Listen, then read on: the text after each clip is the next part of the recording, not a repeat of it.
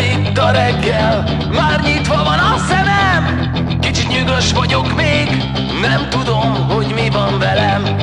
Ma is egy lehetőség, de mi van, ha nem jön el?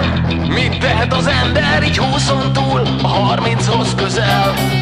Ma is küzdesz, talán holnap jobb lesz. Majd észrevesznek és egy angyal jót tesz. Lehet, hogy okom lenne félni, de legalább én még tükörbe tudok nézni.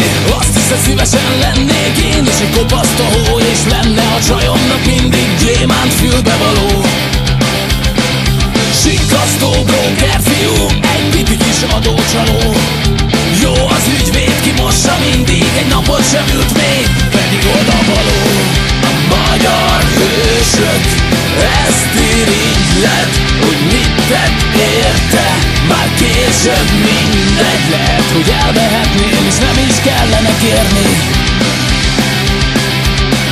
de legalább én még tükörbe tudok nézni.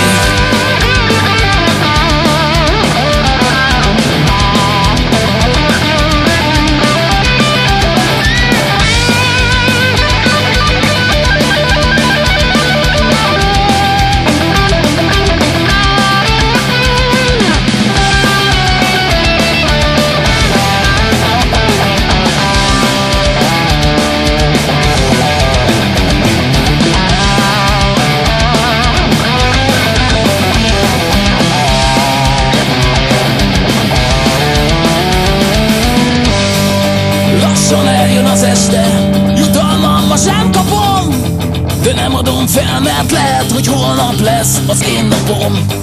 Olvas, ha elé tárul az emberek indulatából, frissülj fel a bűzt, a város okádja magából.